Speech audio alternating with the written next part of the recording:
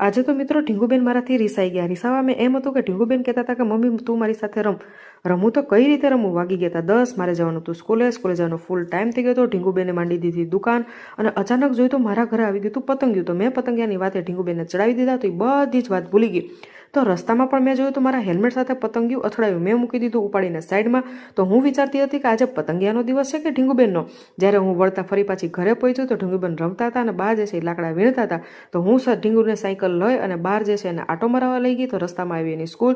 તો ઢીંગુબેન જે છે સરસ મજાની એની માહિતી જે છે એ સ્કૂલની આપતા હતા. પછી ત્યારબાદ અમે પહોંચી ગયા મંદિરે જે છે અમે દર્શન કર્યા અને ફરી પાછા જે છે અમે ઘરે જવા માટે નીકળી ગયા.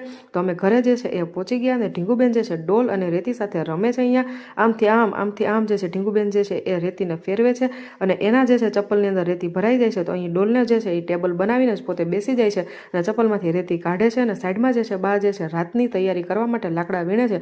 હું વિચારમાં પડી ગઈ હવે કેટલા બા લાકડા વીણે છે. તો અહીંયા ઢીંગુબેન જે છે રમે છે, લાકડા વીણાય છે. ઢીંગુબેને કંઈક ફરમાઈશ કરી છે. મેં ફરમાઈશ ઉપર જે છે વિચાર કર્યો.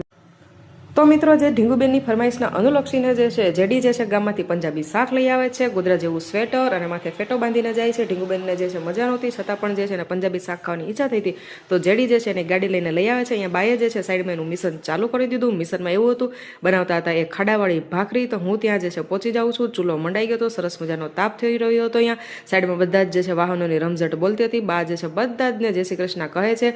હું જાઉં છું ઘરની અંદર. તો અચાનક મને પાછું યાદ આવ્યું કે મારે તો ભાખરી જે છે એ લેવાની છે. જેડી અને ઢીંગુબેન રાહ જોઈ છે. હું બા સાથે કાલાબોલા કરતી હતી. મને મારા નાનપણના દિવસો જે છે અહીંયા યાદ આવી ગયા હતા. બા જ્યારે જે ચૂલા ઉપર રોટલા બનાવતા ત્યારે હું પણ જે છે આવી રીતના બેસતી. તો બની ગઈ હતી ભાખરી અને અહીંયા જે છે એ શેકાઈ ગયા હતા પાપડ. તો હું ઘરમાં પહોંચી ગઈ. તો જેડી અને ઢીંગુબેન જે છે રાહ જોઈ રહ્યા હતા. બપોરની જે રોટલી હતી ઢીંગુબેન ખાતા હતા. તો અહીંયા પંજાબી શાક, સલાડ, ભાખરી, પાપડ ને બધું જ છે મિત્રો. તો ખાવા પહોંચી જાજો. અને આવા જે છે અમારા ઉનાના વ્લોગ જોવા હોય તો ચેનલને